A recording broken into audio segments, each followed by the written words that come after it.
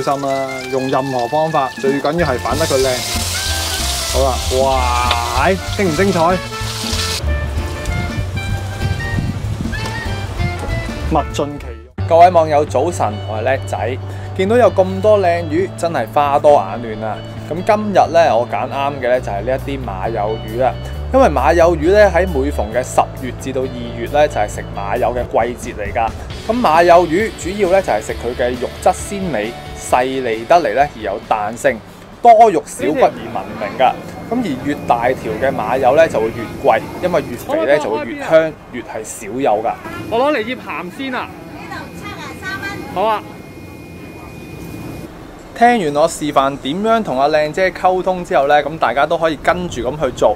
而最穩陣嘅講法咧，就係先叫聲師傅先，尊重咗師傅之後啦，先至問可唔可以幫我哋開邊醃鹹先啊？咁樣溫柔啲喎，記得咁樣咧就會開得好靚噶啦。咁我哋又可以做少樣，師傅又開心，你話幾好咧？掂晒73，係啊，你都唔使嚇？好唔該晒。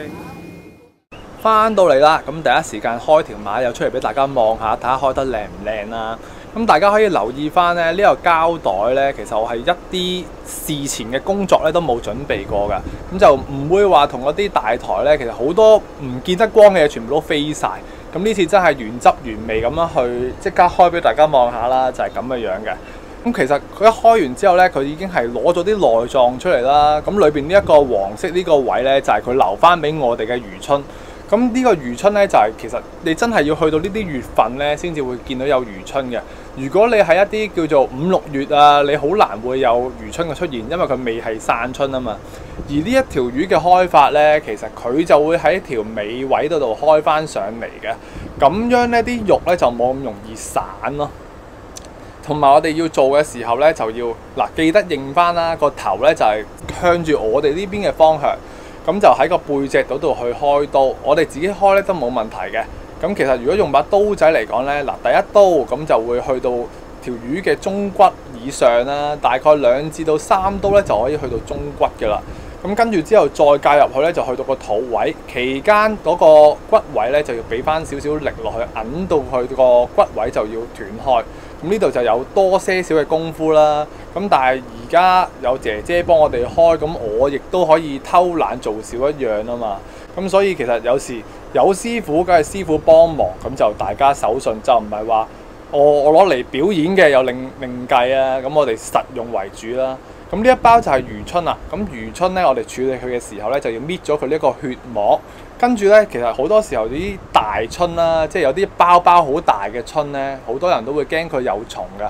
咁我哋可以揾翻啲酒落去浸佢啦，浸佢1、2個鐘頭，幫佢消毒殺菌咯。咁樣就安全啲。咁當然就唔係生食啦，之後煎翻香佢嚟食就 OK 嘅啦，好好味嘅，脆卜卜咁。咁我哋處理呢條馬友嘅時候咧，最緊要就係冇鱗同埋冇血位。咁呢一個就係叫做血合位啦。咁就需要咧，就要揾把刀仔啊，或者係揾啲牙刷咧，界開呢一包血咧，先至可以將呢啲血位去除嘅。嗱咁樣啦，我而家咧就用牙刷，咁我哋就先揾把刀界一界開呢條血合。嗱，大家望唔望到呢條血合啊？中間呢一個位，嗱咁樣就會清晰啲啦。咁就盡可能將佢拆啦，但係其實有啲位咧，你拆下拆佢唔到咧，都係要揾翻啲刀仔去幫下手，要界開咗佢咧。呢一行血啊，就唔係一啲液體嚟，係一行嘅血。咁呢啲血咧，先至可以刮得佢出嘅。咁洗血合呢個過程咧，最緊要盡可能啦，將佢嘅腮啦，同埋佢啲骨位，同埋個肚位嘅所有血合都去除晒咧，咁就會冇腥味咁滯噶啦。如果唔係咧，就做唔到鹹鮮噶啦。咁個鮮味嘅來源，你都唔會話想佢有一個腥味喺度啊。咁其次第二樣嘢咧，就係最忌噶啦，就係啲鱗啊。咁你都唔想食下一條魚突然間有幾粒鱗喺度，好鬼掃興噶嘛。咁其實我哋最緊要咧就係睇佢幾個位置啦。嗱，個肚位好多時候咧都幫我哋打唔清噶啦。咁逢係呢啲近魚鰭啊、魚尾啊呢啲鰭位陰陽嘅地方咧，基本上你去街市度買10條魚，基本上9條魚咧都冇可能打清噶啦。咁就算你用一個打鱗器嚟去打鱗咧，一定冇可能可以比刀仔去打鱗咁好咯。咁所以我哋做呢條魚有2個要求，第一樣就係冇血嘅殘留，第二樣嘢就係所有嘅位置都唔可以有鱗，咁就會成為一條好好味嘅魚噶啦。清潔好晒嘅馬友就變成而家咁啦，咁同埋咧都提一提大家啦。咁剛才咧大家都會見到我開咗個水位嘅水喉喺度，一路啤一路去血合啊，同埋打鱗噶嘛。咁期間咧記得個水力咧就唔好話開得咁大，因為咧如果你開得太大水力嘅話咧，隨時會搞啲肉咧會散嘅。咁開翻一個慢流啲嘅水力啦，同埋我哋要盡快咁去將佢去除血合同埋打鱗嘅。咁呢包就魚春啦，咁就已經俾我將佢嘅血膜咧就去除咗啦。之後煎熟佢嚟食就得噶啦，咁就唔好嘥咗佢。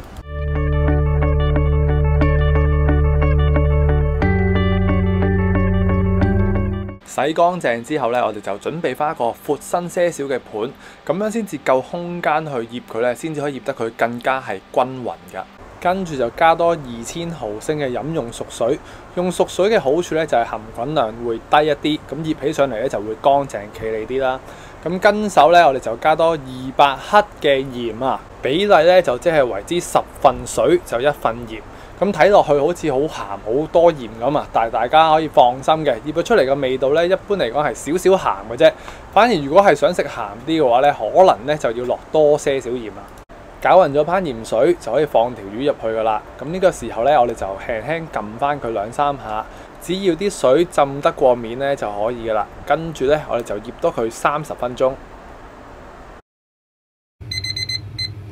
30分鐘之後咧，我哋先用毛巾咧將佢嘅水分印乾咗先。用咗轉毛巾嚟吸乾水咧，都仲未夠乾身㗎。咁呢個時候咧，我哋就再用多次廚房嘅吸水紙啦，咁就盡可能將佢餘下嘅水分都吸乾佢。咁聽日做出嚟嘅效果咧就會更加理想㗎啦。到最後咧，我哋就準備翻張棉紙咧，廚房紙，咁啊吸濕能力強啲，咁就包住條鹹魚佢。跟住就準備翻隻長碟啦。咁如果冇呢啲咁嘅大碟咧，可以用翻可以夾住佢嚟整嘅，即係咁樣將佢對接咯。咁你未必有咁大隻碟噶嘛。咁喺個碟下邊咧，我哋加對筷子。咁啊作用咧，可以俾一條魚咧放喺個雪櫃度嗰陣，下邊可以唞到氣，咁就唔會話有少少氧水咯。之後放翻落去啦。咁其實咧，如果我哋就咁擺喺雪櫃裏邊風乾嘅話咧，其實最好就梗係唔落保鮮紙啦。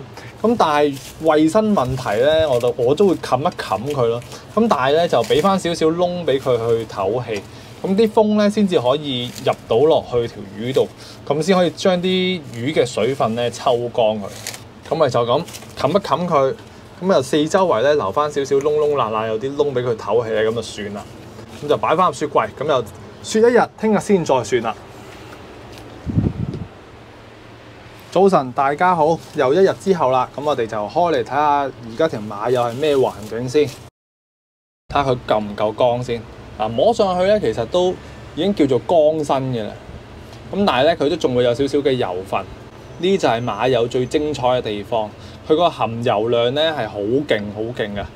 咁啊，再望下個皮位呢邊啦，都叫做仲算叫做可以啦，因為始終你屋企喺個雪櫃嗰度去風乾啊嘛。咁就用佢而家嘅狀態就可以進入下一個步驟，我哋就去煎佢啦。記得啦，記得唔好話收細咗個火佢，但係就要小心佢有水啊。嗱，我哋啲咁啊差啲唔記得咗，咁啊煎之前咧就準備翻幾條靚葱先。咁呢啲葱咧，我哋就唔好話切得咁幼咯，切粗啲穩陣啊，因為夾得起啊嘛。切翻啲葱都粒落去。差好遠㗎，因為你有得食呢啲嗦聲嗰啲效果。有時切葱我哋又未必一定要切得，即係叫做切得夠幼先至為之好。有時切粗啲又有粗啲嘅好處咯。咁咬落去先至會啪啪聲嗰種口感。咁如果怕辣嘅話，就浸一浸水。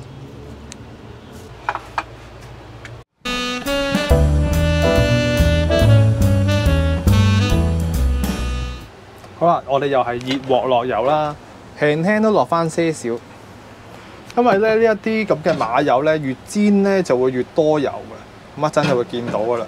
咁我哋煎嘅時候咧乜嘢都唔使落噶啦，呢啲咁嘅鹹鮮，我哋先煎咗個皮位呢邊先，因為我哋個面頭咧先至係上碟嘅開頭，咪篩一篩佢先。上碟嘅時候咧，我哋會喺個肉嗰邊向翻個面嘅。咁呢一個就係我哋一夜光嘅精神嚟嘅。就即係正常你喺餐廳食咧，去日本菜餐廳嗰啲度食咧，就冇乜可能會俾個背脊你睇嘅，因為呢個係個規則嚟。同埋我哋擺碟咧，到即係日本餐咁計啊，擺碟永遠個頭啦，永遠都會喺你嘅左手邊，個尾位咧就喺你嘅右手邊。呢個又係一啲嘅學問嚟嘅啦。係啊，所以我哋煎咗個皮先，咁就大概啦，成個過程煎15分鐘到嘅。咁期間我哋周不時咧都要轉一轉個條魚或者轉一轉個 pan， 令到佢個火力咧就會更加上係均勻一啲。咁條魚大咧，條尾又間中要上一上油，推一推落去。如果唔係好難話煎，好難煎到個尾位。咁而家大概煎咗2分鐘到啦。咁我哋周不時咧就可以懟佢啲油出嚟，咁就可以轉一轉佢，令到啲油咧就會均勻啲。因為佢真係出好多油啊，同埋期間煎嘅時候咧就 keep 住一個火，千祈唔好話突然間熱下油咧變咗凍油。咁嘅環境咧，如果你變咗較細咗個火力一細咧，咁佢啲油咧就會索翻入佢條魚度嘅。因為我哋而家要煎到佢香晒，直到佢個面頭咧有少少脆身、乾脆為止，我哋先至反第二邊嘅。咁間中我哋咪要側一側起佢啊，等啲油過翻嚟呢一邊啦。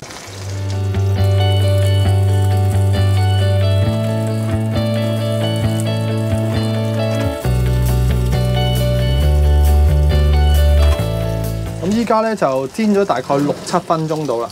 咁我哋咧就盡可能啦，將啲油咧逼埋去個頭呢一邊，咁就唔好離個火位。咁佢就會聽到緊如有啲水溝油咧會彈嘅呢個時候，係啦，就係呢啲聲啦。咁我哋就要避一避開佢啦。咁我哋煎出嚟個頭咧都會好靚噶啦，見唔見到？呢就係因為佢有眼睛啊，有啲骨膠原嗰啲喺度咧，就會咁啊，即係有水分喺度就會爆咯。咁差唔多啦，冇乜到啲咁刺耳嘅水聲咧，我哋呢個時候就可以反得佢啦。咁反嘅時候最緊要就係小心啦，用任何方法最緊要係反得佢靚。好啦，哇，精唔精彩？嗱，就係因為質地鑊爆，用翻佢啲魚油同埋油咧去炸佢啦，其實叫半煎炸咁佢，咁個頭咧就香晒。咁而家我哋繼續咁啊煎埋呢邊。咁喺呢一邊嘅時候，我哋都係要好似頭先咁啦。間唔時都要側一側隻鑊，揮翻啲油過嚟另一邊咧，去半煎炸個魚頭。期間都係記得啦，記得唔好話收細咗個火佢，但係就要小心佢有水啊！嗱，我哋啲油要控制啲油周圍走嘅，但係就唔好離火，呢個好緊要。keep 住個油溫，咁樣啲油咧先至唔會索翻入去條魚度嘅。好啦，呢而家就大概7、8分鐘到，我哋揭嚟望下先。嗱，去到呢度咁嘅環境啦。哎呀，金黃色都變咗斷開咗添，我熄咗個火佢先，起咗出嚟先，再慢慢研究下。攞佢出嚟小心啲啦，因為我都散咗條尾。